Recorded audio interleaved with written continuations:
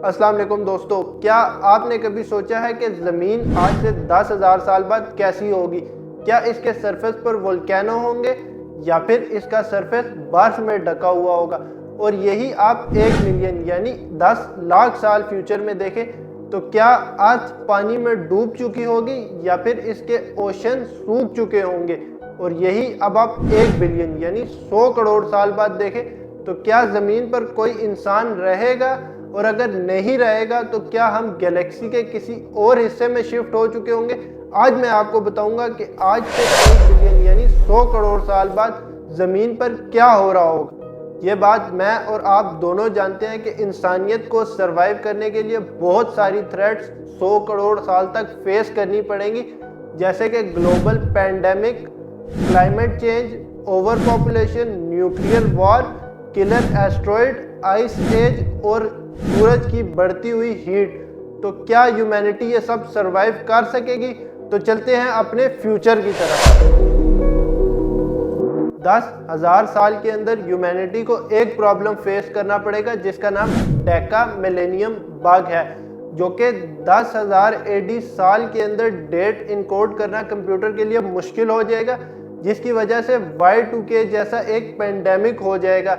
Y2K के बारे में आप इंटरनेट पर पढ़ सकते हैं, लेकिन 10,000 सालों में एक इंटरेस्टिंग बात यह होगी कि इंसानों के बीच में जेनेटिक डिफरेंस ख़त्म हो जाएंगे, जैसे कि स्किन का कलर, बालों का कलर और आंखों का कलर तकरीबन हर इंसान का एक जैसा हो जाएगा। तो शायद इसकी वजह से इंसानों के बीच में ताल्लुकात अच्छे हो जाए और इंसान एक दूसरे के साथ अच्छे तरीके से रहना सीख जाएंगे। 20,000 साल के अंदर अभी बोले जाने वाली कोई भी लैंग्वेज यानी ज़ुबान पहचानी नहीं जाएगी और आपकी अभी बोले जाने वाली ज़ुबान का 1% वोकैबुलरी या पहचान 20,000 साल में रह जाएगी। 50,000 साल के अंदर एक नया आइस एज स्टार्ट हो जाएगा और नायग्रा फॉल बिल्कुल ख़त्म हो जाएगा। और सबसे इंटरेस्टिंग बात यह है कि आपका दिन 1 सेकंड ज़्यादा हो जाएगा। 2,500 साल फ्यूचर में लो ईव वोल्केनो समंदर से ऊपर आ जाएगा और हवाई में एक न्यू आइलैंड यानी जजीरा बन जाएगा।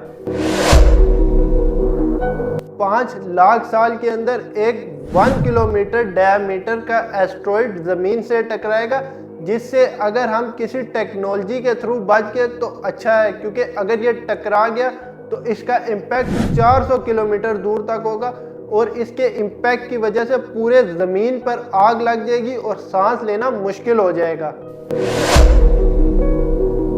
अब अगर हम 1 मिलियन यानी 10 लाख साल फ्यूचर की बात करें तो चांस है कि एक सुपर वोल्केनो इरप्ट होगा, जिसकी वजह से 3200 क्यूबिक किलोमीटर तक राख यानी फ्लेम्स फैल जाएंगी और ये 70% ग्रैंड कैनियन को कवर कर लेगा। ये टोबा इरप्शन की तरह होगा जिसने 70 साल पहले ह्यूमैनिटी को बिल्कुल ख़त्म कर दिया था। और आसमान में एक सोलर सिस्टम में स्टार जिसका नाम बीटल जूस है, वो सुपरनोवा बन जाएगा, जिसको आप रात और दिन के वक्त भी चमकता हुआ देख सकेंगे। 20 लाख या 2 मिलियन सालों के अंदर ह्यूमैनिटी सोलर सिस्टम के डिफरेंट हिस्सों में रहना शुरू कर देगी और अगर इंसान डिफरेंट प्लैनेट्स पर रहना शुरू कर देंगे तो वो डिफरेंट जेनेटिक्स के साथ इवॉल्व होंगे, वो डिफरेंट तरह से इवॉल्व होंगे।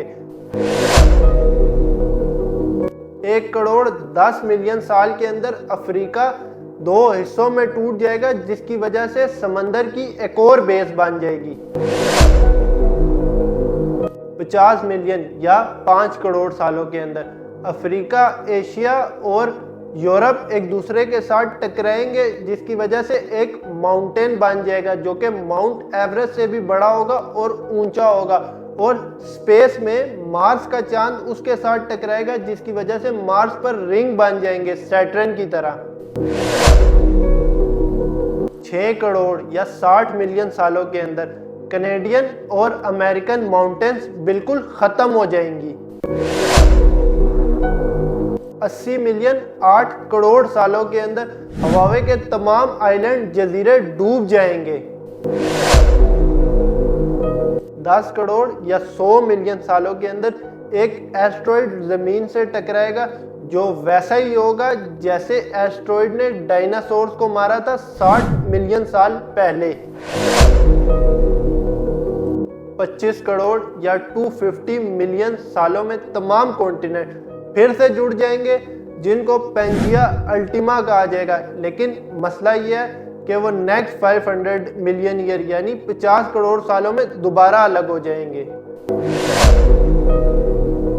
60 करोड़ 600 मिलियन सालों में एक गैमा रे 6500 लाइट ईयर दूर से आएगी, जो कि अगर ज़मीन पर लगी तो इसकी वजह से ओजोन लेयर बिल्कुल तबाह हो जाएगी और ज़मीन पर सब कुछ ख़त्म हो जाएगा।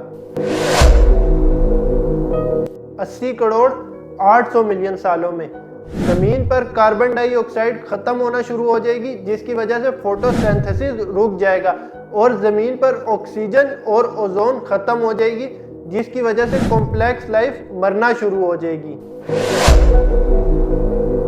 फाइनली जब आप 1 बिलियन यानी 100 करोड़ सालों तक पहुंचेंगे तो सूरज की रोशनी यानी हीट 10% तक इंक्रीज हो चुकी होगी, जिसकी वजह से ज़मीन का एवरेज टेम्परेचर 47 डिग्री सेल्सियस होगा, जिसकी वजह से ज़मीन पर तमाम ओशन सूख जाएंगे और ज़मीन पर पानी बिल्कुल ख़त्म हो जाएगा। अगर आप 1 बिलियन यानी 100 करोड़ साल फ्यूचर में चले भी जाएं तो होपफुली अर्थ पर कोई इंसान नहीं होगा, क्योंकि इंसान गैलेक्सी के किसी और हिस्से पर रह रहे होंगे, क्योंकि ज़मीन की intense heat, lack of oxygen और पानी की कमी की वजह से ज़मीन रहने के काबिल नहीं रहेगी। तो मेरी आपसे किसी और प्लेनेट पर मुलाकात होगी। तो अब मुझे इजाज़त दें। अल्लाह हाफिज़।